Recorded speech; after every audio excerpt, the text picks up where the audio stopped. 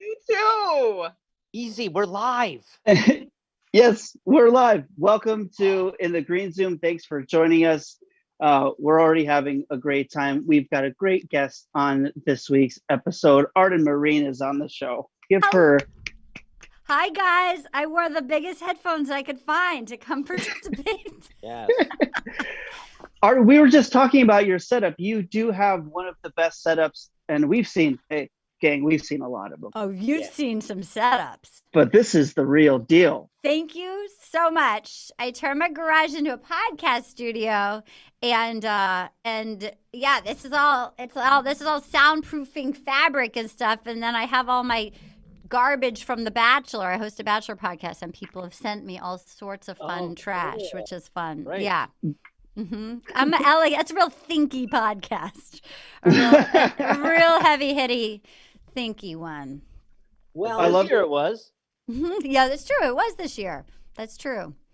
I don't follow The Bachelor. Why was it thinky this year? What happened? Well, they had the first Black Bachelor, and they completely screwed him over. I mean, they were just they completely blew it.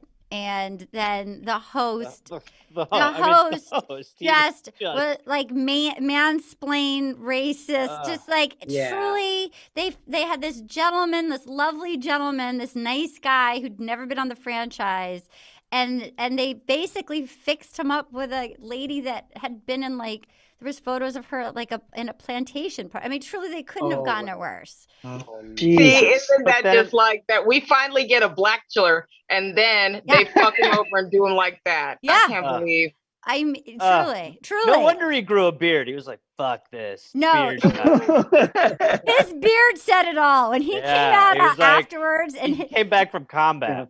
his That's beard. so funny. His beard had like 1,000 stories to tell. That, Yeah. This gorgeous guy that came out with like a Randy Quaid beard at like the men tell all afterwards, just full Randy Quaid beard. You're like, what is this poor guy? Is it really? Is it that big? It was not. He wasn't. For a bachelor, it was a for us. It would be like. No. I mean, yeah, it's like Yeah. on the road 2 weeks. For a bachelor, it was like, what is happening? Yeah, he was a pretty clean-cut guy. Right. This was a clean-cut guy that went full Randy Quaid. And, I don't blame him. It was the right move. I mean, that's his outside started to match his. It was like, what the fuck?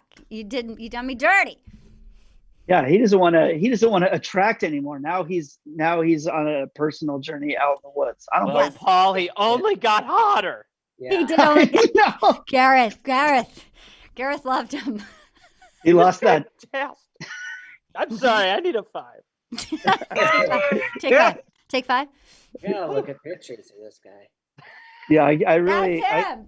I have a whole calendar sent to me. Can you grab bring it or it down, we'll- Arden. Yeah, go get it. I'll go get it. Yeah, Bring it down. close. I was Yeah, fully it's- nude from the waist Yeah. down. I know. It's amazing. Arden, don't get it. The pants. It's right down here. All right. Oh, that's hilarious. I'll show you some stuff. It's hard to tell Yes. the depth of that room. I think it's bigger All right, than I thought. Yeah, same. Okay, so this is sort of the normal kind of a ding dong that they have. This was sent to me. This was Colton Underwood. He was a virgin, and this is the book that he wrote. So this is one of the kind of typical fare that they have. What He is had it? to call it the first time. What a Oh, nerd. the first I know. time. The worst. I mean, A nerd honestly. trying to get into that Christian bookstore circuit. Yeah. How Yeah. fast were those fantasy suites over if he'd never had? I mean, that must have just been. I don't even think he had them because the lady that he wanted left, and he was the dude that jumped the fence. And he jumped the fence in Portugal, and they're like, we got a runner. Portugal. Oh, that's beautiful. Okay, so this is Matt James in like early days when he's just doing the photo shoot, right? That's the Yeah, go-to. sure. Like But I don't. There's no beard. They did the whole calendar before the Quaid beard They arrived. should have saved some shit for December. They should. I know. The Santa Claus. End of look. year, Yeah. just like you knocked out, Yeah, beard. Yeah. that's how you do it. Yeah. And then this is a portrait of me with a really long neck riding a llama on a dolphin. Oh, of course. Oh, So there we yeah. go. That's Is that Wow. something you asked for? You know, I will say Lauren Lopkis and I had to host like an art benefit virtually. And so we did a bit as you do on the Zoom things. And we said that we'd both taken up painting. And there was like a young lady who was an actual artist, and we both had to tell each other like what we wanted. We both requested each other with really long necks riding a dolphin. Anything on earth we could have asked for. Anything on earth. And then they made me change mine. So I gave her a giraffe neck, and she was in a convertible with Justin Bieber with a beaver body, and it said Justin Beaver, and then there was like, anyway. It wasn't that great, but that's what happened. I got a portrait. These are so good, you guys. I'm crazy busy. What a great year it's been for me. Yeah, you're thriving. Such a thriving year for me. So good. Crazy busy. Great times. I mean, you know you're doing well when you get fan art. Fan art. That's how cray so good. When it's on canvas like that, like they got canvas. That's not just on a, it's not just a Photoshop job. No. This is on canvas. You know, they had to go to Hobby Lobby for that. That wasn't on a whim. Yeah. That was premeditated. Was premeditated. Two trips. They had to support a Republican candidate to make that. They had to. They no had other to. way financially to get in that game. No, you have to. If you want to be an artist. Hobby Lobby, though. You might just go once. You can, sure. Go to Jimmy John's while you're over there too. Support killing. Nothing. Have fun, make a day of it. Yeah. What did Jimmy John's do? I assume nothing good. Well, shockingly, no, not a great man. But he's one of those guys who likes to go hunt rhinos and fenced in, and is like, "Look what I caught!" And you're like, "Did you, or are you just like Eric Trump, shithead who just put a lot of mayo on bread?" Yeah, yes. like Eric Trump. Exactly like Eric Trump. Hot. Yeah. Nice. It's an attractive quality. Hot. Yeah. He shot a llama on a dolphin. Hello. Nature's magic. Nature's magic. That's the name of my self-titled album. That's my actual birth name is Nature's Magic. Oh. Mm-hmm. Wow. Well, why would you change that? This you know stage what? name.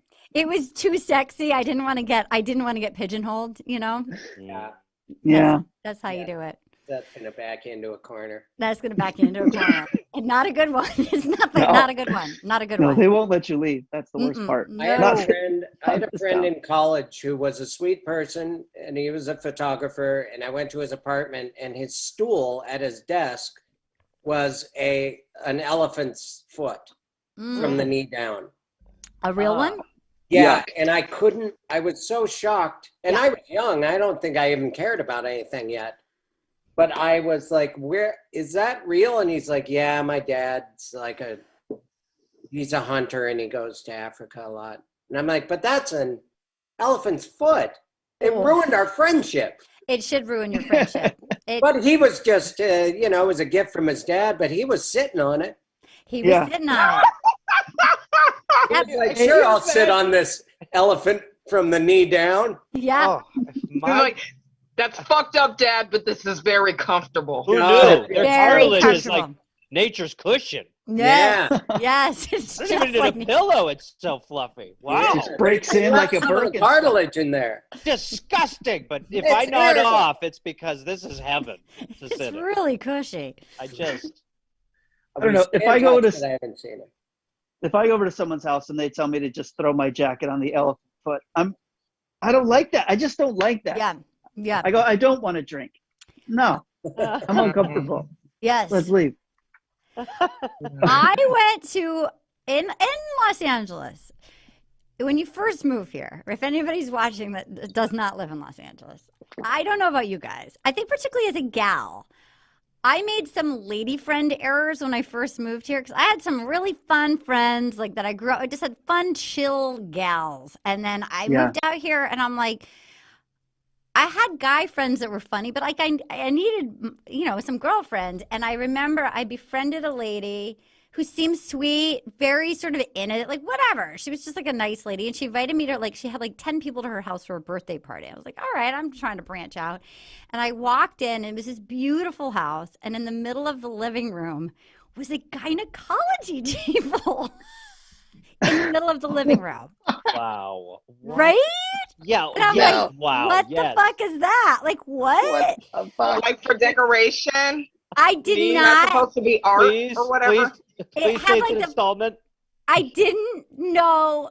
I panicked and got really polite and was like, oh, like, oh, like, I think I was like 24. I think she was a dominatrix, maybe. Oh, okay. But at the time, like, I didn't know about it. You know what I mean? At the time, I did not. I could not. There was no indication that this lady. There was no. She was wearing like a little cardigan sweater. It was just like, what? I mean, Wow. it was like a lunch. It was midday, like a little cupcake party, and there was a full We're gynecology doing finger table. foods on the gynecological table. Okay. Here's a cupcake, and it's handed to you in forceps. Is that was her way of like coming out and letting y'all know I'm into freaky shit also? Yeah. I know think I'm out so. here listening Yeah. the gap. Yeah. To do some shit on the side. Maggie, did you find that when you moved here? Did it or did you already have your friends here from Austin? I had a lot of people from. There were like, I want to say 10 to 15 people who moved here from Austin within a year span. Yeah. I moved here with like 3 or 4 people, so it was like there was always a cadre of people That's good. around who had also just gotten here. That's good. Yeah, All it's- gynecologists. It's just another way that it shows that the upper class have got their fists holding ironclad on kinks.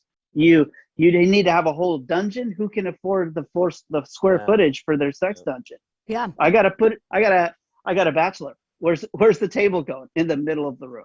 Middle of the room. Middle of the room. Terrible. Mm-hmm. Have to do a Murphy gynecological table. Yeah. So cumbersome. Mm-hmm. Very cumbersome. Did she just have the stirrups out and everything? Everything. Otherwise, it would just kind of look like a massage. You know what I mean? Yeah, like it would have been. Yeah. The stirrups were the real giveaway. Yeah.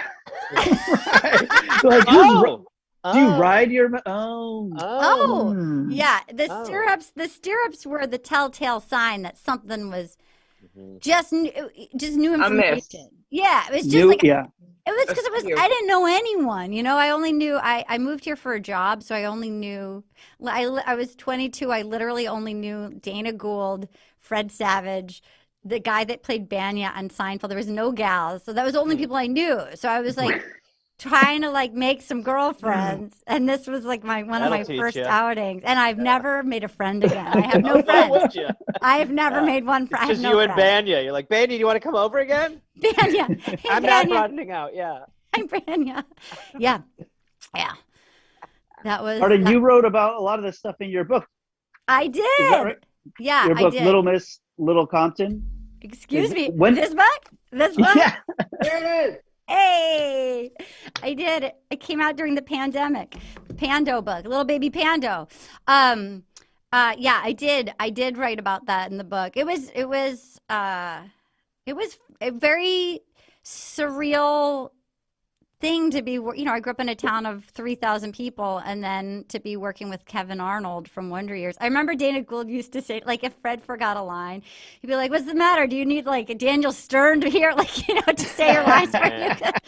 Yeah, it was very weird. It was very strange to have sort of moved into your. I mean, I don't know if you guys find this, but like when you're like, "Oh my God, like, I get to do what I I couldn't believe I was on a soundstage and stuff like that. Where did you?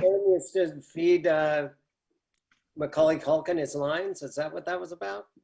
What's that? They did. Wait. Okay. Wait a minute. Daniel Stern was the voice guy on Wonder Years, like, and that's when I knew Winnie Cooper was. Okay. I just put it together. I thought it was his other famous work with a child actor. He had to feed lines to Macaulay and I bet he had the instinct to do his subtext. Yeah. Yes. I didn't want to break that guy's face, but I realized my life was in total danger from this. Daniel, enough. Sorry. My parents weren't coming home, and this was not working out for me. Buzz ate my pizza. I was so sore about it. And then he Arden, what part of town did you move into when you first came to LA? I was up behind the Hollywood Bowl. I had this little tiny apartment, and like I lived there for a long time. It was really cute and it was super cheap, and it was like a duplex, and it was this little apartment that I came with the house like a house cat. Like it sold 4 times while I lived there, and then like the owners, and there was no soundproofing, so I could hear all the new owners move in, and like you'd hear either their relationship disintegrate, like, you know, you hear everything, you know, and then I was the person that they would come like drunk, confess things, and then like they'd be gone, and then I'd come and I'd get like another landlord.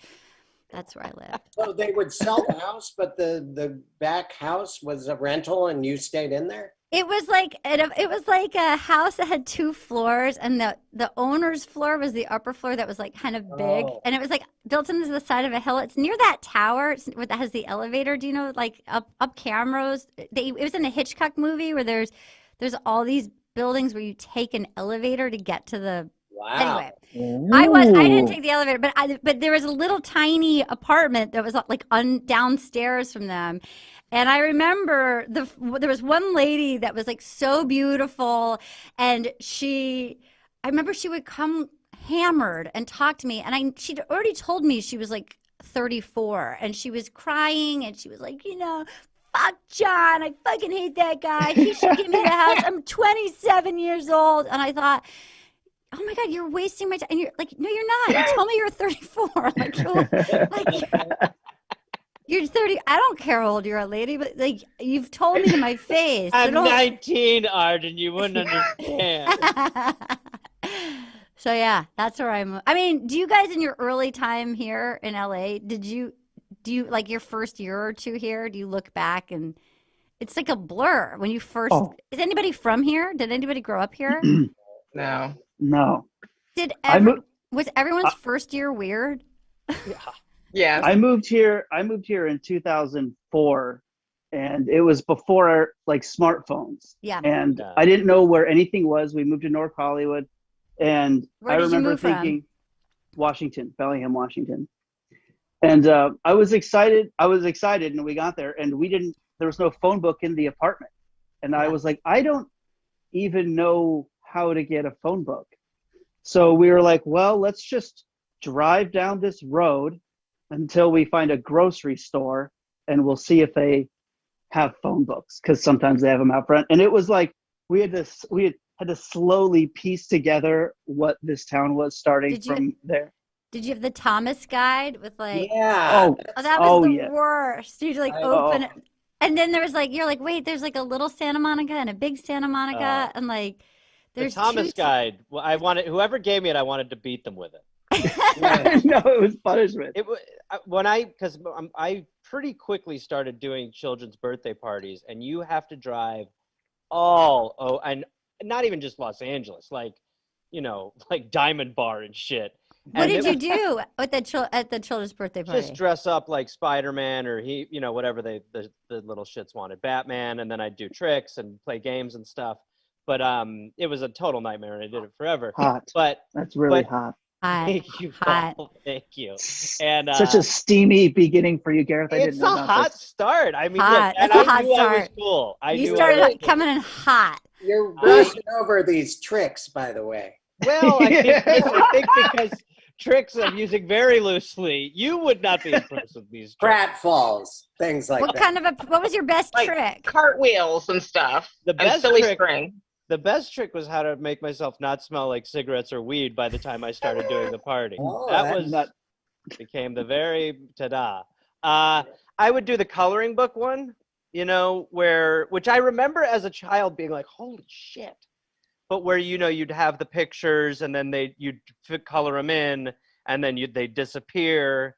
And I had that trick, and then I had one with a coin, like a little coin with some trapdoor. I mean, it was dog shit. It was like low rent. Shit. Really was dog shit. It was like the amount of times when I was just kind of figuring ways to get out of disappointed looks, was just, I was like, all right, we got to move on because this kid is piecing together that this is not a great service. So you were like Spider-Man, who was also a magician. There are so many holes to poke. Yes, this Spider-Man was also, I guess, had a side hobby of magic, and he's got all those hands. He's got all those legs. Shooting web, not enough. Also, was like, "Where's the foam ball?" All superheroes secretly just want to be at the Magic Castle. That's how most magicians start. Is they're superheroes? Yeah, they're fighting crime regularly, and then they get a good type 5. Exactly. Yeah. Organic. So you're driving all over with your Thomas guide and your. Well, I wouldn't use it. I would instead, what I would do, because my sense of direction is like I mean, I would die without help. You know what I mean? Like, I have no sense of direction. Same here. Yeah. So I would go to MapQuest. Yeah, print those out. Well, but I was cheap enough. This is what blows my mind all the time. I was so cheap that I wouldn't print them because I was like, well, I don't want to waste the ink. So what I would do is I would write the directions down, but I wouldn't put the miles ever. Right. So there were times where I would be like, where the fuck am I? Looking 16 miles for a road.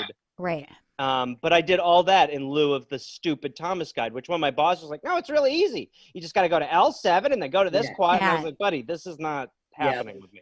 Did you guys make any friend errors year one? Right. That's what I've been trying to think of. If I ended up in I don't know.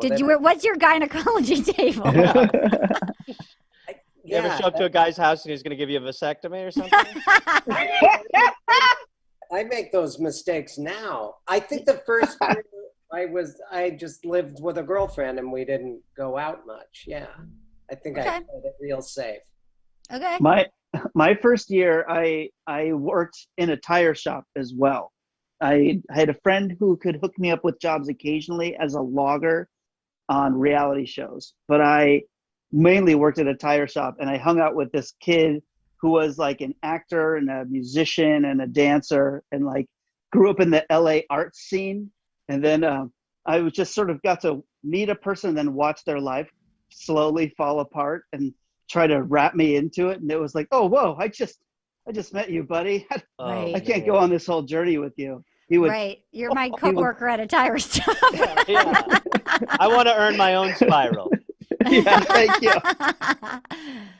He would call me at weird times and be like, hey, can I come over to your place? I'm in your neighborhood. I was like, no.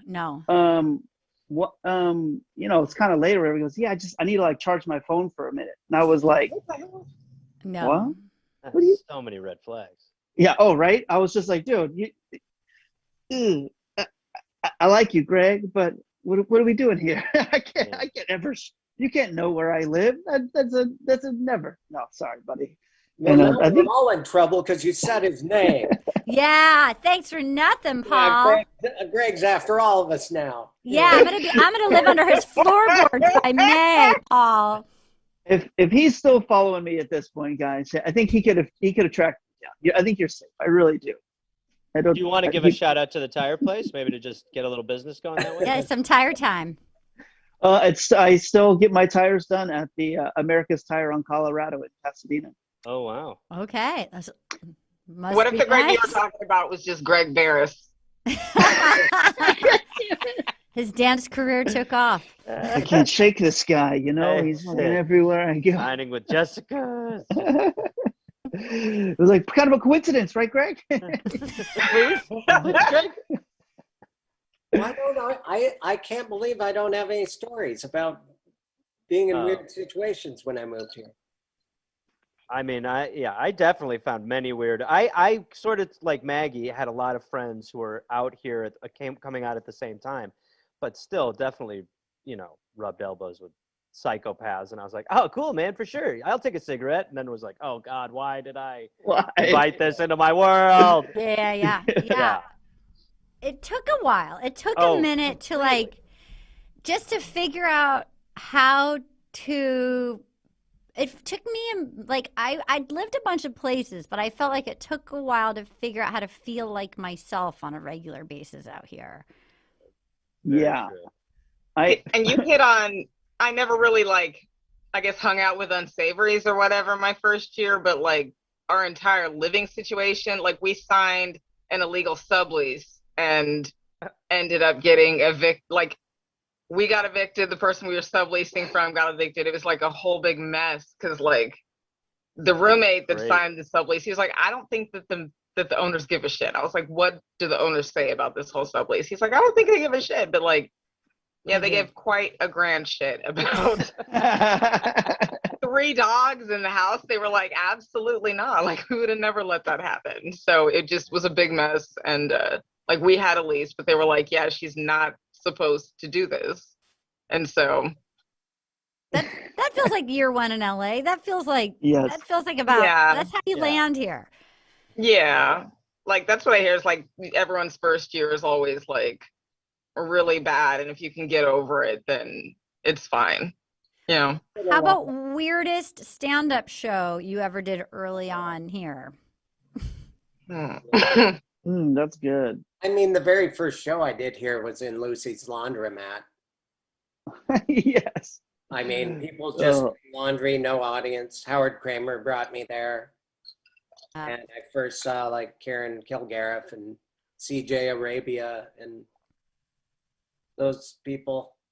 And you were in front of a bathroom and I couldn't believe, I wasn't expecting that. I didn't know that people would just do stand-up in a laundromat. When was that? It made me want to go home. I was scared after that. Mm-hmm. When was What's that?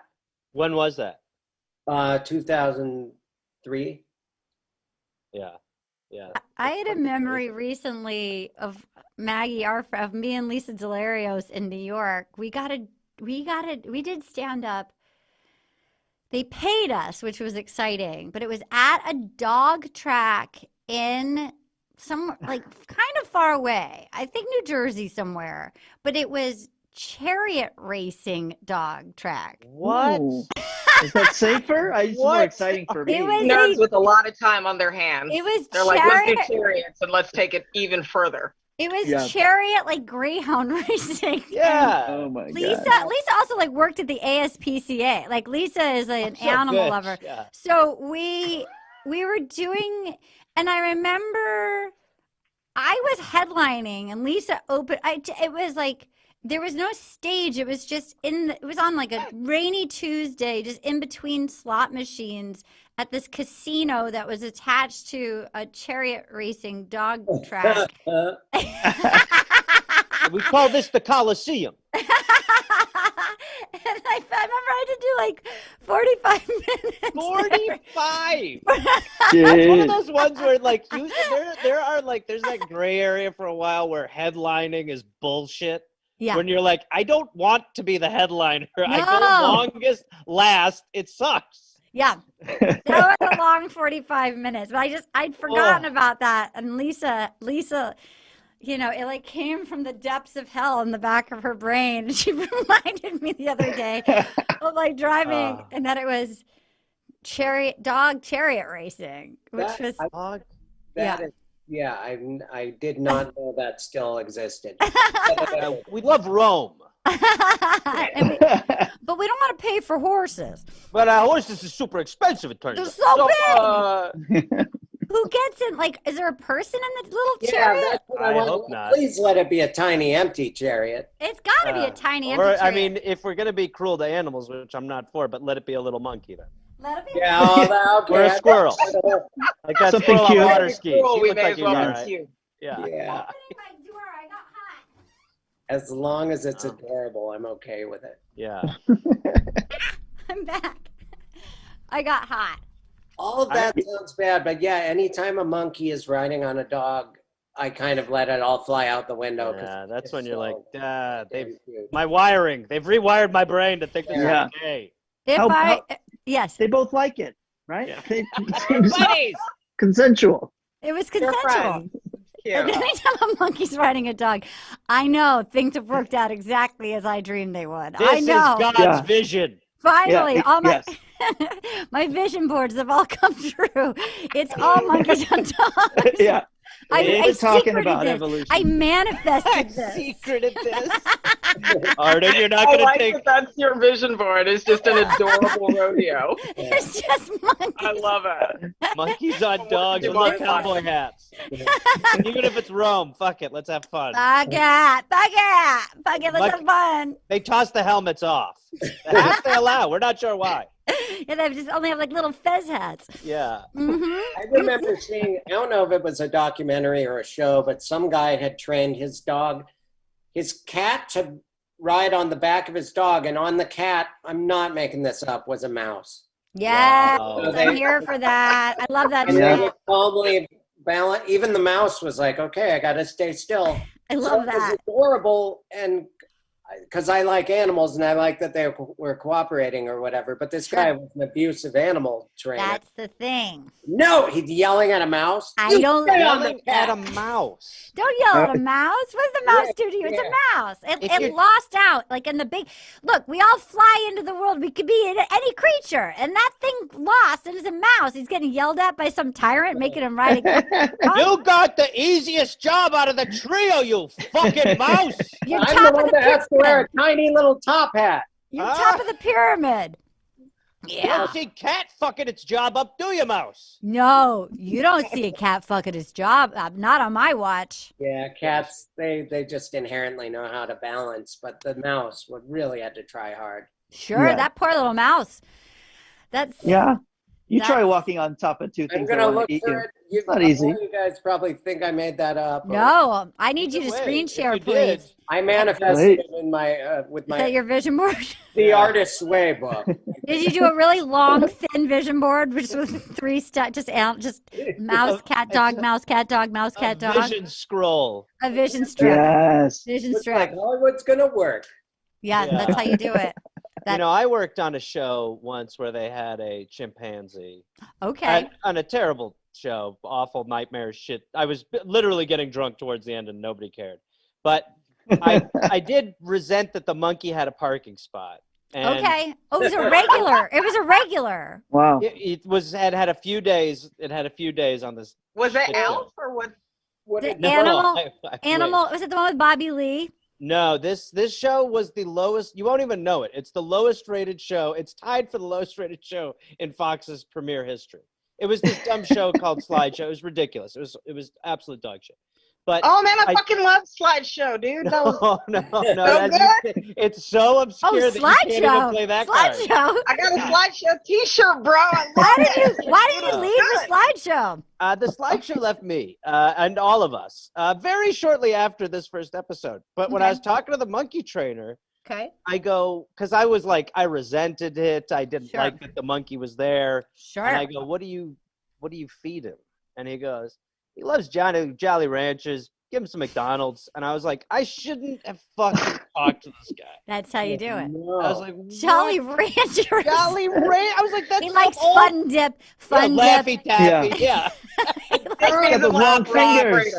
Big He League likes Chew. Charleston Chew, Big Yeah. League Chew, all the chews. Things that confuse him. He likes to eat. Anything likes- you're not supposed to eat as a kid with braces, he Yeah, loves. loves it. that. He Laffy breaks Taffy. the orthodontist diet. Mm-hmm. That's how you do it. Rocks, Homa Bazooka Coca-Cola, Joe. Yeah. Mentos, Diet Coke, Mm-hmm. all at once. He I'm loves trying it. to kill this monkey. We're trying to turn the monkey into a rocket monkey. Some monkeys, I've worked with monkeys before, and I got all excited. Obviously, I want to hug the monkey. You put Yeah. you put an animal in a diaper, put it near me. That's my real vision board. An animal in a yeah. diaper, chef's kiss. Yeah. I wanted to get my hands on that monkey, and they were like, "Young lady, he's gonna rip your eyes out." Yeah. And I'm Yeah. like, "Not my monkey in my diaper. No, we've got a connection. Not on my watch. I'm gonna get my hands on that diaper monkey." I work with And the they were like, monkeys "No, and ma'am." friends, and I was like, well, he's like a famous monkey. He's been around people. Yeah. And I tried to give him my finger because he wanted to grab something, and he tried to bite my finger. That's the And then the thing. guy said, "Oh, I think he said he'd peel my face off." Or something. He said something very graphic. Yeah. You know what? Like The I little was gonna- friends one? Even the little bitty friends, Maurice? Yeah, Oh. All of yeah, them. it's that All of monkey. I have a worked with him friend for 3 days. We had a great. I thought by the end he liked me. He would get on my shoulder and not try and bite. But he was used to. He grew up around people on sets. And Still he wanted to rip your face off. Yeah, but it was ready to Matthew peel Perry. back So did anyone's Christian face. Bale. Yeah. Yeah. You know, he's losing yelling at shit anyone often. that was non-union. Get out of my eye line. Get out of my eye line. Yeah, Move the light or don't move the light. Leave the light or don't leave the light.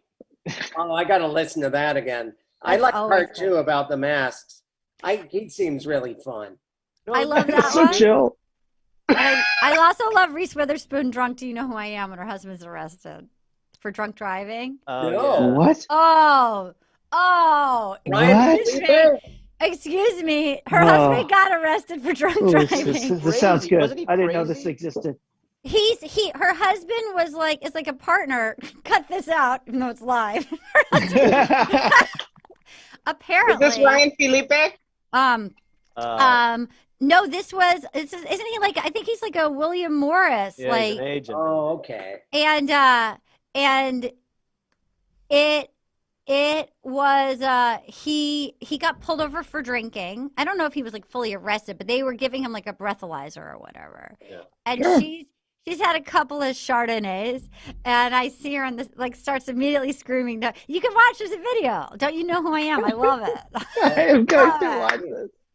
I just love it. You're like, whoa, that's amazing. Like, that's exciting. Like, feisty. Like, yes, here for it. Here for Does it. she start quoting Legally Blonde? Yeah. Yeah. That would be great.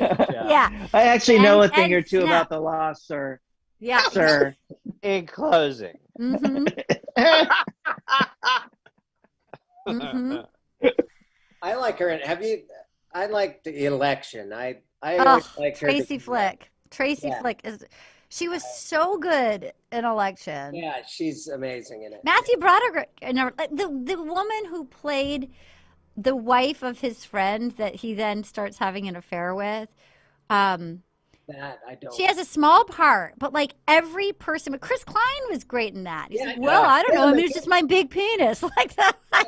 And the sister that hates them, that's like in love. I just, that movie's so good. Yeah, and it made me forever like her. Me too. Me too. You know, she's really good at playing unlikable characters that you can recognize are unlikable, but you still kind of like, True. That's like hard in to a do, Pretty too. Little Fires Everywhere, whatever it's called. Oh, Pretty Little Liar. Or Well, there's Pretty Big Little Little Lies. Lies and then Little Fires Everywhere. Little Fires Gotcha. Everywhere. Yeah. She was so, like, I was impressed by how unlikable she made herself. She's so good. It was so impressive. Like, I think she was one of the first women also, like she started producing her own stuff. Like she and Drew Barrymore, like they started making their own, like I think they realized early on that they had to. yeah, Which is so cool. it's smart because you really want to be you want to make movies to be seen how you want to be seen. Mm-hmm. And, you know, Sandy Bullock also, she got right there at the, she's also one of the big bosses in town that she produces her own shit now. Oh, And you only so produce cool. your own movies. Is that true? Actually, I'm branching out. I'm giving my name to some independent things right now just to help, you know, Great. help the next generation, Yeah, Gareth. that's nice. That's nice. You have to. One must. You have to. You have to. I was just remembering, Arden, my weirdest early show. It was, I started doing shows at the Ha Ha Cafe in North Hollywood because it was right by where I moved. Okay. And it was a very wild crew there in the mid 2000s. And there was a guy there who was also a porn actor who would come to the open mics. Love it. And he rode a motorcycle. He was the most tan person I've ever met. Really nice guy. Not Gareth funny at Reynolds. all. Gareth By the way, Reynolds. I mean, come on. I mean, are See we all what I'm picturing me? He's right here. Yeah. He's right here. You can say the name, Paul. So Gareth, tan. you I still know have him the anywhere. motorcycle? Yeah, let's just say I still ride a hog. If you're trying to become a comedian and you already own a motorcycle, your odds go way down. It's very hard, I think, to overcome owning a motorcycle. One of my first shows was with him, and a bunch of his friends from the biz came to it. Yes. And I remember I had already felt like, oh man, I'm such a hayseed. I could barely belong existing in this town to begin with. And then these people with a life that has been, it's a tough business. It's a tough business here in the Valley. And I remember feeling like, how can I make these people, how are they going to, I shut down bad. It was probably the worst set I've ever had in my life. Well, that's a hard adjustment. That's a hard adjustment. That's like having to do your set in the middle of a gynecology table. Yeah. Yeah. I'm telling jokes too? Okay, gals, let's do it. That's hard. That's hard. It is when you realize when you're the wrong person for the job. You know, when you were like adding it up and you're like, they're going to hate me. Well, also, like the amount of times where I'm like, I'm a dead man walking. This is the fate's already decided. I just need to get to the other side for the paycheck. Yes. Yeah, I've had that happen. I mean, that used to be kids' birthday parties, and then that did become stand-up eventually, where I'd be like, all right, just fight through this bullshit. Yeah, it's a terrible feeling. Yeah. Anytime you get there and you hear a band warming up, you're like, oh, no. Oh, yeah, totally. Oh, no. I don't care if I'm going before or after them, but oh, no. Hey, we're going to keep the game on just because most people want to watch that. Awesome. Good, thanks. Thank you. That's awesome to hear. Yeah. Yeah. The first show I started doing sketch, and we started doing shows at this place called the Next Stage on La Brea, which is like above a liquor store and like a weird bakery. I remember that. Yeah. And we were like looking for theaters, and that one was like the only one that was free, and the guy was like, he was weird as shit, but we were like, okay. And he kind of was like, I think at one point told me, like, he was like, I wrote The Phantom Menace, like the Star Wars movie. And I was like, all right, and in my head I was like, clocked it as like totally mental, but was like, whatever. Yeah. He's giving us the stage and everything. And then we ended up getting a slot at the Improv Olympic. And so when we told him, and that, like, I mean, this talk about a rite of passage, that Andy Dick was producing our show. Yeah.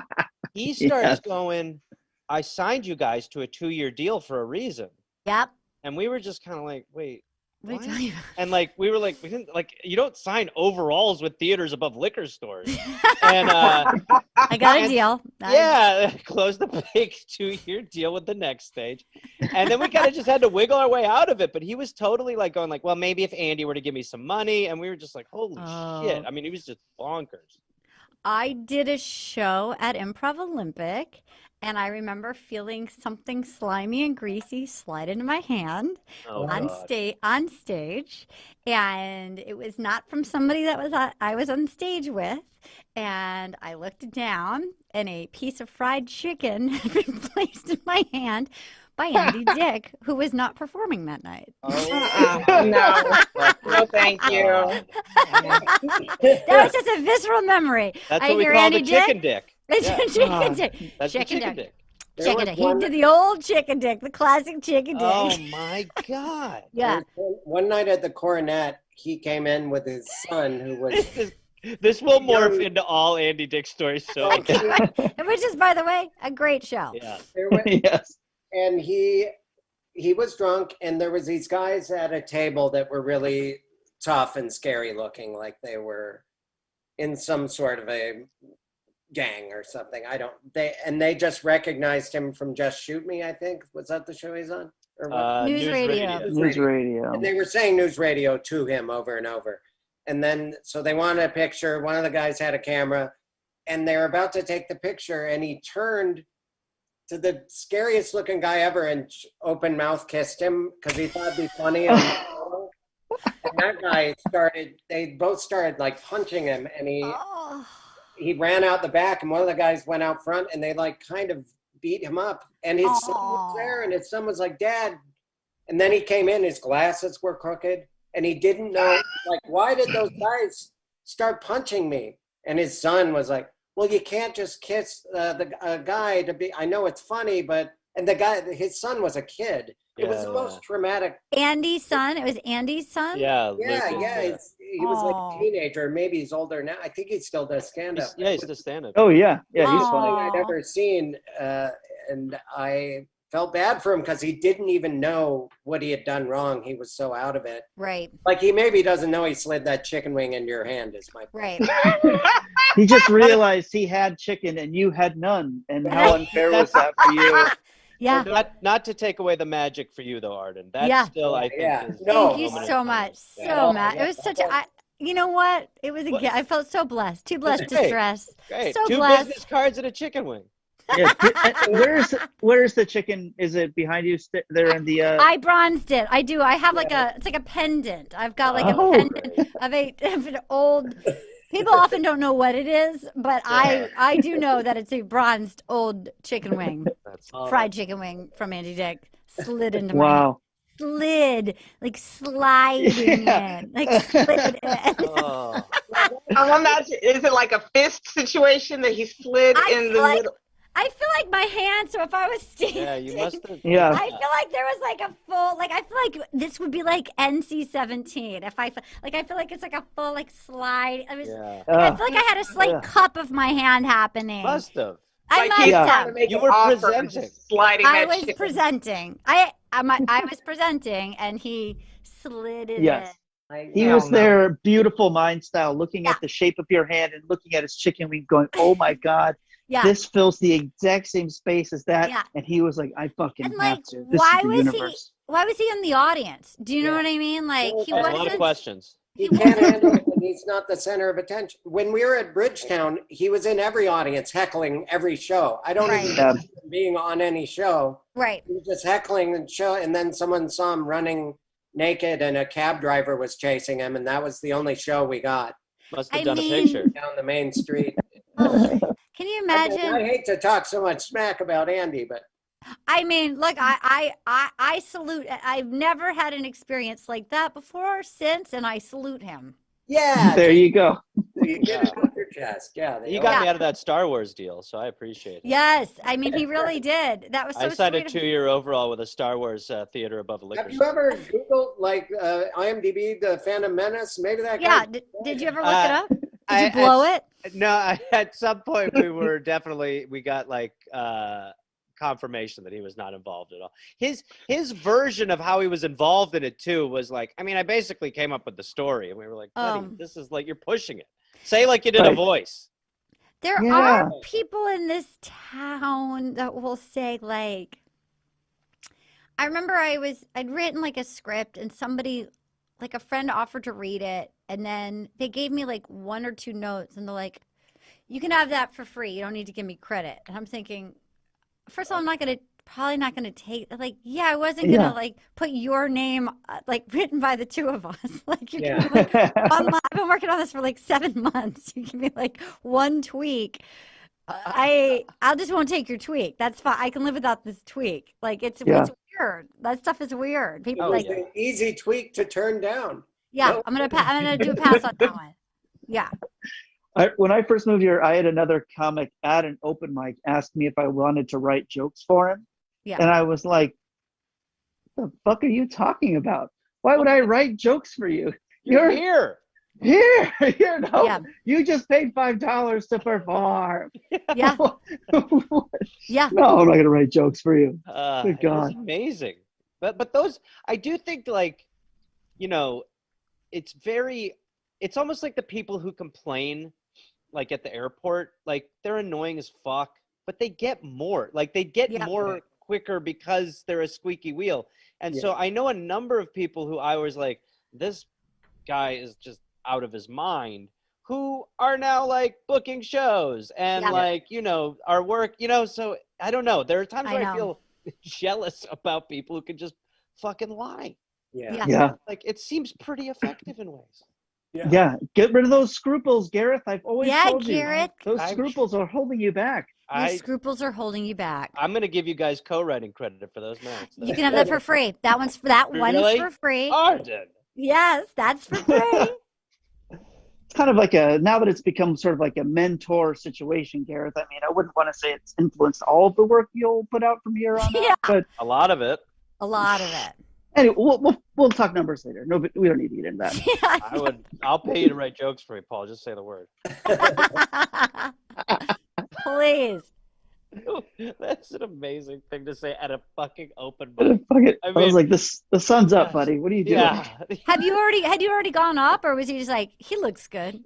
He looks I talented. think it was. I think it was because back when I first started, I used to write longhand, type out everything that I would say exactly on just regular, like, computer paper. And it was like, well, this guy, he's writing stuff at least. Right. And after a year, I was like, what am I doing? What am I doing? Why am I writing? I used to write all my jokes in a Thomas guy. L38. Where am I going with this? L38. That's maybe a good, actually, mnemonic device. Alphabetize the jokes, put them in the right grid system. Oh, God. Maggie, how do you write your jokes? I used to do longhand, just write everything out, but now it's like I just write the different punchlines that I think are going to happen, and I just figure that I'm going to be able to get from one to another. Yeah, keep it light. That makes sense. Yeah, I'll like keep doing it and keep honing it, and like it's like a kind of shorthand that I have with myself. That's good. Yeah. I think you're so funny. Oh, thank you. It's the acting part of stand-up comedy is so weird that you get it to joke around and you like joking around, but like remembering word perfect, the expression and the George Carlin style of stand-up, that's just a whole other weird level of doing it. Arden, how do you write your jokes out? I found the thing that helped me the most, I think, because I started doing improv, that a lot of the way I would add things in, particularly if I was headlining, if I was like putting in that was sort of a safe place to sandwich in jokes, because I knew I could at least win them in the beginning and hopefully get them back at the end. So like in the middle, you have some sort of safe territory to kind of like, and just, I found that I would have my idea, but I tend to do better like recording it, like I do better riffing, like in the moment. Like it's like, even though I'll shoot for the, like what I think the punchlines are, but if I can get rolling and recording it and then listen back, I'll often have said things that I didn't plan on saying, and then I'll add them in and then build from there and try that again the next time, and then see, like, that sort of has that sort of totally. I wish it was more official than that. Like, I envy my friend. Our friend Lisa she's very crafting it out word by word, and I've always envied that, but that's not how my brain works. Yeah, same here. I think I started improv before doing stand-up, and I still really like that. I think half of the fun is losing yourself a little bit and seeing what happens, because stuff just happens. Things occur to you that you've never thought before when you sort of allow yourself some space to fuck around a bit, and that's so fun. Oh God, I miss stand-up, guys. This is so fun. It's funny, I say I miss it, but lately there's a lot of comics that are just on the road. Like, I was watching that Greg Norman guy's stand-up, and he's in a club that I probably would want to go to, and the whole audience is just drunk and heckling. Yeah. And right away I'm like, oh, I don't miss it. I don't miss. Everyone has heckler videos that they're putting out, and I'm like, yeah, really? I'll wait another year. It'll definitely be one of those things where you'll be like, it's great to be, and then you'll hit a Saturday late show and be like, fuck that. Like 5 shows is too many. I'll do one show. It's true. We've gone through the drought of no shows, but 5 or 6 shows a weekend, you are like, whoo! It's too many. A lot. It's a lot. It's a lot. Yeah, that's gonna put you down for a couple days for real. After this, I don't. Oh my God. I know. I don't know if you guys have found, like, just. I almost feel like we're all astronauts who are now having to prepare to re-enter, like, the atmosphere. Yes, like true, we've all been in our little pods, and like there are times when, I mean, it's been nice. I'm thankful for podcasts and stuff, because I feel like I have been able to spend time with people. But then when I see people in person, like, in my yard or something, I feel weird after a little bit of time. Have you invited those people over? No, they're just in my yard. That's why you feel weird. That's what's weird about that. But I felt like they made it in. I may as well be a good host. Yes, it's still right. But they had a dog and a cat and a mouse. I was like, look at that. He was so angry. The guy was so angry. I'm turning. It's everywhere. Yeah, it wasn't a documentary that I saw. He was in my yard. He's just so angry. Gotta train him somewhere, he says. I remember now. I feel like That's a doc title. Do you fear the world opening up? Is there any part of you that has social anxiety about like re-entering Earth? Definitely. Yeah. In what way? I have the last two people that I've spent time with personally, distanced with masks on, all that stuff. Yeah. I have ended up apologizing at some point for talking too much. I feel like I'm so excited. Yeah. Like, a friend that I used to have a good back and forth with. I'm just like, I'm gonna explode. It feels like there's a lot of misunderstanding. Like you feel like you can't quite read social cues. And everyone has their mask on, and then I feel like I've said something wrong. Like somebody's just. I feel like I've been homeschooled for decades. Just not quite sure how to interact with the other. You're gonna be putting chicken wings in people's hands. Like, Arden, what are you? She's saying hello. She's saying hello to you. Giving you a gift. I want to say hello to you. You're included. Yeah, I feel like I have learned that some of my friends are out of their fucking minds, and that other friends of mine don't really want to be my friend. In ways where I'm like, I really have been trying to keep this up and feel like it hasn't. So it's been really weird in that way. Yeah. It's interesting to see what's going to happen. It's interesting. I don't know about you. I mean, I assume for all of us that the outer circle kind of got trimmed away. Like no more Zoom parties or just the real and it's just interesting who the final. It's almost like musical chairs. Like who lasted. Who made the pandemic cut of or who is Arden. Who's a close friend now that wasn't even that close of a friend before? Some other friends have risen to the surface. Yeah. That have always been there, and I never realized how great they were until now, because they were reaching out. So I've not had that. I'm not kidding.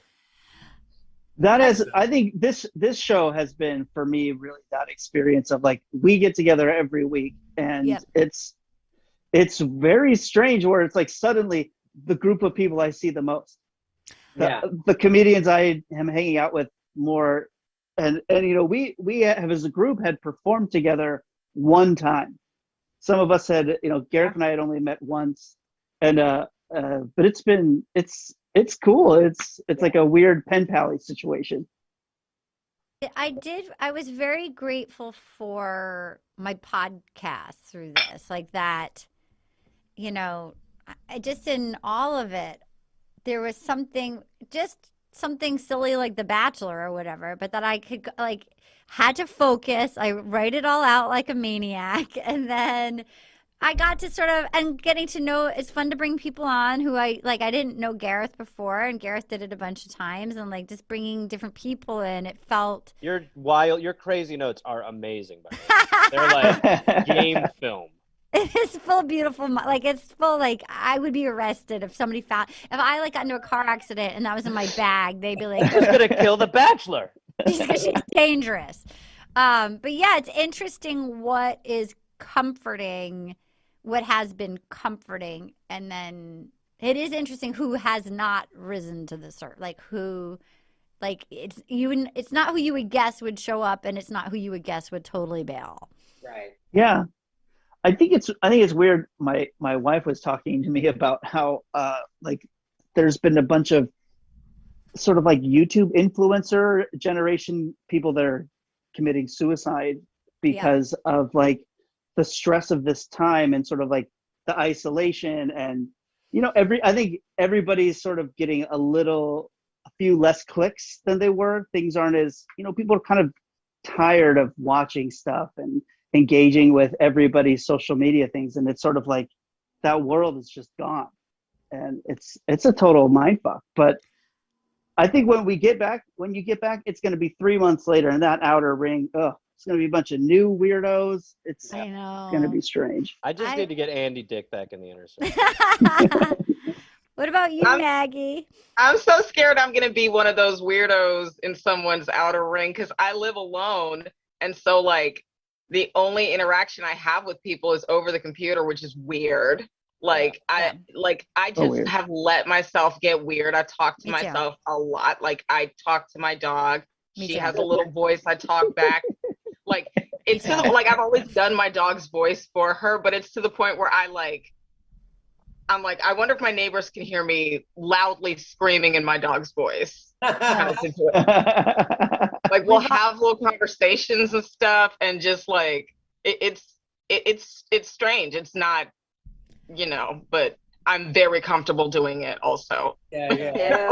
Me too. Like, I'm not gonna stop. Are you too kidding? comfortable. I've become too comfortable at it. Yeah, me I'm like, too. I am like, I've been living like Martin Sheen in the beginning of Apocalypse Now for like 6 months. Yeah. So it's like at some point I'm like, there is no law, there's no God, it's just this. Come get me. Does your cat have a voice? Yeah, I might. Well, first of all, my cat and I do actually talk where he'll be like, meow, and I'll be like, what's that? And he'll be like, meow. So there's actual. So that's not good. That's You're trying to make me seem like I'm more crazy in mine, but whatever. No. I've also filmed. But my I cat. understand the meows. Yeah. Okay, Yes. Gareth. What you don't understand, Maggie, is I'm meowing back. Guys, you're fine. I shower naked with my plants. Okay. No matter what. I don't even have a pet. I talk to my cats. There's a few cat conversations happening. I mean, showering with your plants. You're saving water. That's great. I love it. It's amazing, but you don't want to be caught. That's all. It's a good way to water them, and they like it. We've all been allowed to get a little too feral. You know what I mean? Yeah. We've all got a little too feral. But oddly, I'm cleaner than, like, I've stayed on top of all my teeth, my brushing, my flossing, my bathing, my keeping the house clean. I'm on top of that more than ever. So that's good. I feel like I haven't, in that way, I'm like, I'm not getting more feral. My shit's together. No one's here to see it, but yeah, I'm doing it's it for me. A tree falling in the woods existence. Really. No, I've definitely, I think early on I was like, well, I could either not fit in my pants at the end of this and be, let's like, just fucking keep it, just stay the course, Arden. You know what I mean? Like, keep it moving, keep it moving, clean your house, just stay on point. But there is the mental feral of like, a little too to the beat of our own drums, our own schedules, not compromising, not having to like just not having to go, no, I don't want Italian, I want Mexican, like picking a rest, like just we're not out in the world like negotiating with people. Yeah, I think I've been compromised in a year. Yeah. Nobody No. And we all are coming to like these rational conclusions. We're all sort of maintaining in ways that make sense to us, and after a while it sort of becomes truth, and then you get out there and you try to share with someone else what you're doing, and they're like, what? Why do you do what do you mean? And I'm like, what? Aren't you also engaged in mouse is riding a cat and it's riding a dog, you idiot? Yeah. I'm afraid of like people reaching out. I had my first like obligation invitation. I think because I've also been very cautious about COVID. I have been very safe. And there's been like the first kind of batch of like, oh, do you want to come do this terrible thing? Like that now people think they can just invite you to like, it's in July. And it's like, God, no, like I wouldn't want to do that even if there was no virus. Like just having to deal with, we all had an excuse for a year of like, yeah, I can't. I'm so sorry. I can't do that. But now the excuse. I'm glad everything's getting better, but I'm going to miss my excuse. We all are. Look, it's Jose came to party. Oh, look at that. Jose came to party. He was like, were you talking to others? I thought that was just our thing. I have a tuxedo cat. Aww. He said, I heard my name. Yeah. Exactly. Yeah, right. Yeah. I Put need to some give respect on my it. account of the conversations we're having. I'm gonna put I my. wasn't saying meow like that. Who Here's your- saved Oh, that's who? how he said it went? That's not what happened. Oh, no. Here's your legged chicken, my lord. Let me slide it in your hand. When I slide into those DMs like a chicken wing and a hang at the Improv Olympic. Oh, Sit on my tablet. Before we get out of here, Arden, I wanted to talk about your book, Little Miss Little Compton, a little bit more. This one? Yes. Look at that hot young gal. Look at Barb from Stranger Things right in it. Fucking Oh, wow. piece of ass. Wow. Excuse what me. haircut I'm getting tomorrow night. I'm gonna look like a shag. Mhm. Shag, taper it around. Taper it. Yes. I'm getting bangs and everything. I'm gonna look like a real. Yes. Get the Wow. Amelie. Get That's the exciting. Amelie. Oh, get Doing that Amelie. Get that the early Amelie. 2000s. That Yes. ooh. Yeah. Give yourself a little baby bangs. Baby I bangs. took photos, and I'm doing it. Oh, that's great. My book is really fun. Everybody should order it. I worked really hard on it, and it came out during a pandemic, which is just as I vision boarded it, just as I dreamed. We're focused too much on those dog chariots. I should have put on it like able to go to a bookstore, able to do it like do You a didn't reading. know. You didn't know the year. I didn't get Yeah. I didn't get too specific. Yeah, so that was a buzzkill, but it's a really fun book. It's about my friend said it should be called Funning with Scissors. Like it's about I had a very quirky family, so it should be called Funning with Scissors. You know, sort of a fucked up family, but also fun. And if you small town Hollywood dreams, getting to hang with Banya by 22. That's how you do it. Big. 22. You moved from where? Where did you move from again? I grew up in Little Compton, Rhode Island.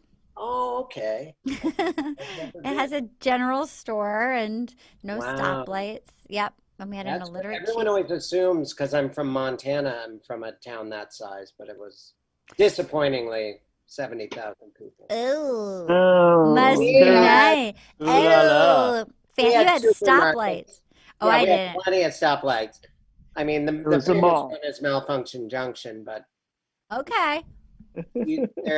there is pavement. Well, we had dirt roads near at the end of my street. Yeah, Wow, basically. that's amazing. My parents married on a dare. They lived in New York City. They were coworkers. They married for vacation time, and they stayed married till the end and moved to this tiny seaside town to raise kids. And then it was my brother and I, and it was just madness. And Wait a minute. They got married on a dare at work? Like I did for us to get vacation time, we should be married? They were out one New Year's Eve with their coworkers, like having cocktails, and my dad figured out that you got 2 weeks vacation, but if you went on a honeymoon, you got an extra 2 weeks. So my But dad they had like kissed and stuff before. no, right? never, Yes. never. This And is my- crazy. Wow. And my dad dared my mom to marry him, that they were going to fuck the man, like screw them over, Oh, that they were going to oh. take 4 weeks vacation. My dad said he would pay for them to go down to like Central America and like South America for a month, and then that they were going to come back and get it annulled. And Like then a Dateline setup. and then my mom, Yeah. they couldn't find a Bible to swear on, so they swore on a cookbook. And then my mom called back she's had a date with another guy that she went on. And like, she's like, I made out with him all night because I knew that was going to be the last man. I'm like, ugh. Yeah. Anyway, so that she called him up and she said she would do it, but that she didn't want to get it annulled. And then 6 weeks later, her best friend's name was Arden, and she borrowed her wedding dress, and they had like a real wedding, and then they went on their like 4-week honeymoon, and then when it was time to have kids, my dad's like, I live in New York City or Little Compton, Rhode Island, and my mom had never been there, but she wanted my brother and I to be able to. Who didn't exist yet, but she wanted her kids to be able to entertain themselves. She felt like city kids were overprogrammed. So True. So it's the country. We just climbed trees, and there was no there was no like after school anything. There was nothing, and so they moved there to have Well, kids. they eventually became romantic with each other. Is what I mean, I know they slept together before they got married. Like, I feel like they must have had crushes on each other, and this is their weird roundabout way of being like, okay, yeah. I think there was like a flirtation, but nothing. Okay. But they'd never kissed or anything. Wow, No, that's like PG intensity. You know, all of the adult emotions, but through the PG filter, and that's hot. Yeah. I Me mean, personally, yeah. I respect that level of pranks. Like, Yes. I'm a prankster myself. I love doing pranks. I would absolutely marry someone for a prank. And then to take it further and be like, let's stay married. Like, that's just like the 3D chess in terms of pranks. They stayed. Honestly, when that is so funny. I didn't know that they did not add up. Like, I did not know. But again, when you're a kid, you're like, those are just my parents. That's just the deal. Those are the two that she was like Mary Poppins and he was not. Like, he was just a salty, as with many female comedians, salty dads make entertaining daughters. Yeah, tough guy. And like, but I don't know. I think my mom had like a little twinkle in her eye for him. Like, I think he was like the bad boy at work, you know, like, but I didn't know until my brother came home from college with his first girlfriend. And she was like, Janet, how did you and Willie fall in love? And she's like, oh, it was stupid. We married on a dare. And my brother were like, what? What are you talking about?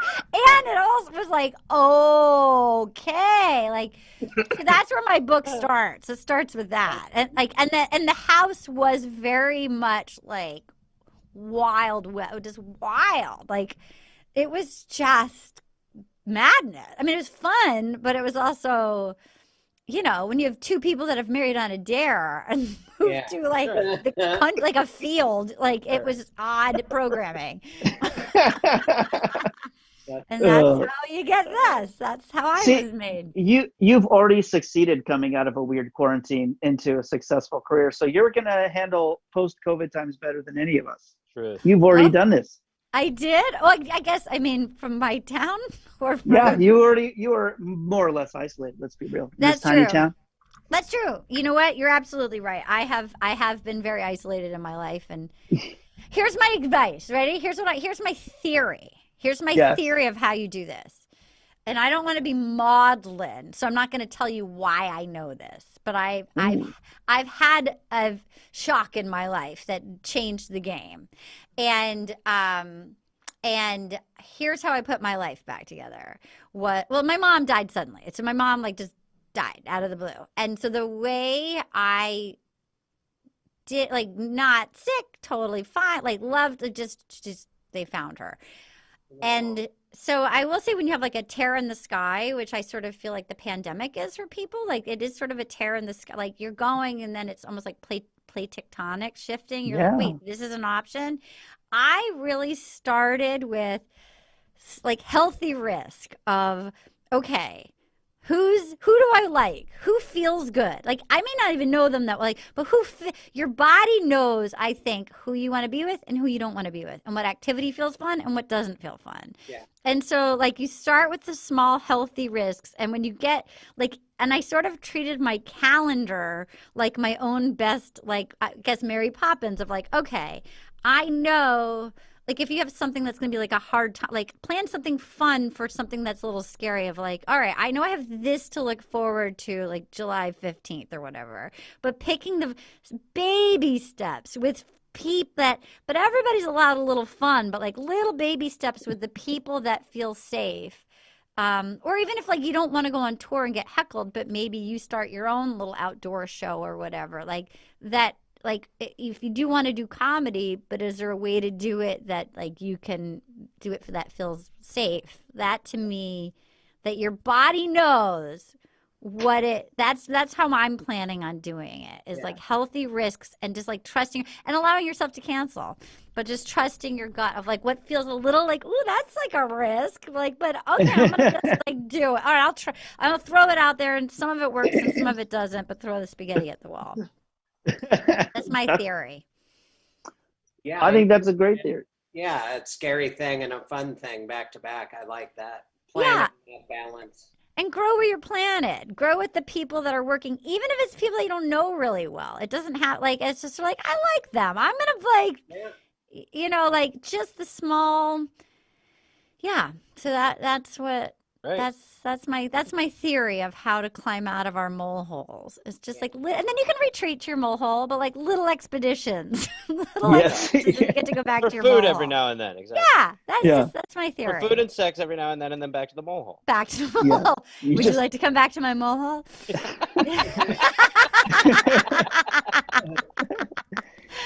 That's my Even theory. when you're out of your house and you're describing it to somebody accidentally as an expedition, they're like, "What are you doing? Why is this so hard? What you had to get prepared for this?" And you're The like, sun burns. The sun burns. Not everybody's wired like this too. Like the people that are not wired, those aren't the people to make plans with. You need to find other mole people. The people who are like, what's the problem? Who've been inviting you to socially distance things like the whole time. Like, or not even like Thanksgiving in their house. It's like, we're wired differently. I'm not going to Thanksgiving. I'm not getting COVID to hang out with your aunt. You know? we want different things. I'm gonna get COVID. It's because I'm hanging out with my favorite people, not your aunt. Yeah. So yeah, just find your other mole people, have little expeditions, and then retreat. That's my theory. Start small. Well, thanks for sharing that with us and with everybody in the Green Zoom. Thanks for joining us. Arden, Myrin, thank you for joining us. Bye, guys. Thank you, Arden. Check out our book, Little Miss Little Compton. That's it. Oh, that's great. There you go. Awesome. Uncover. There you go. There she is. There she is. There she It's a is. great That's how you cover. do it. Thank you. I had a little. It was a journey for this one. All right. Am I supposed to leave now? I don't know how this goes. I don't want to like keep hanging. It's okay. We'll do a soft out. They'll just turn it off at some point. Great. Is there Get an out. author's photo? There is an Did you do author's author photo. headshot? Did you do a new headshot? I did. I held a chicken. Oh, wow. Oh, great. Oh, There's my author's nailed it. photo. I'll show you the one thing that I made because I had to freaking launch this during a pandemic, which Yes. again, as every author dreams. Yes. As every author dreams. Wait, hold please. Hemingway did it. That I remember. A Farewell to Arms came out in I think the first Zoom release. Yeah, he had a lot of holes. So I made. All right, so there she is, and I recreated it. I made puzzles. I recreated my 8th grade photo with my cat Mittens with thumbs. God, And it says "Meet the Authors," and it was Arden and Mittens, and I sent this out with the book. This was what I did as my Zoom release. Look at that! Look at the new picture. How'd you do those fake braces? I had them made. I That's paid money from a special effects artist. Look at that. Look at her. That is pretty Thirst good. trap. Thirst trap. Yeah. There's for your spank bank, America. Yeah, Jose should not be looking at Mittens, right? Easy. Exactly. How cute is Look how fun. Talk about a Adorable. grumpy cat. Look at that bummed out cat. right. How pissed. Look at her thumb. Very pissed. Look at that The little thumb's mitten. leaving the page. Look at that Flipping off the mitten. camera. There she goes. So That's that's just how the I. face says, I'm gonna pee in your shoe. Yeah. That's how you Yeah. do it. That's how you do it. That's how you launch a book in a Pando, you guys. And that's a puzzle? It's a puzzle. I made puzzles. How many pieces? Oh, that's smart. It's 260 pieces. Jeez. I felt like it should be challenging, but not. I felt like it should be a one-day thing. And by the way, Yeah. I didn't think people were actually going to make them. Everybody made them. I would do that. You can have it. I have lots of leftover puzzles. Lots of puzzles. Lots of puzzles. You're welcome to have a puzzle. Yeah. It's actually hard because there's a lot of blue. But Oh, the mittens, the mittens part is fun. That was Robin Von Swank took that. She's a genius. It looked Well, like she's amazing. She knows what's up. She knows what's up. She knew when I was like, I need to recreate this. She was like, hell yeah, you do. Obviously, you need to recreate that. That's of course. Why Let's do wouldn't that you? anyway. I know. Now, write the book for the picture. You know, No. that picture's just, you got to put it out. This one, I mean, this what I like. It's so like she knows she looks good. She's feeling caught. She knows she looks Oh, good. yeah. What grade was The this? Demogorgon is coming for her. Yeah, Right. get I on your feel like DNX this line. is 5th grade, probably 5th or 6th. She feeling herself. Yeah.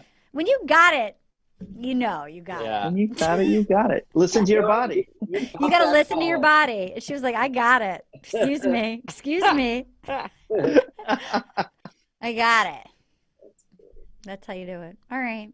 All right. Thanks for having me, you guys. Thanks, Arden. Thank you, Good to Arden. see you. Good luck with your mohole. All right, I'm soft fade to black. Soft fade.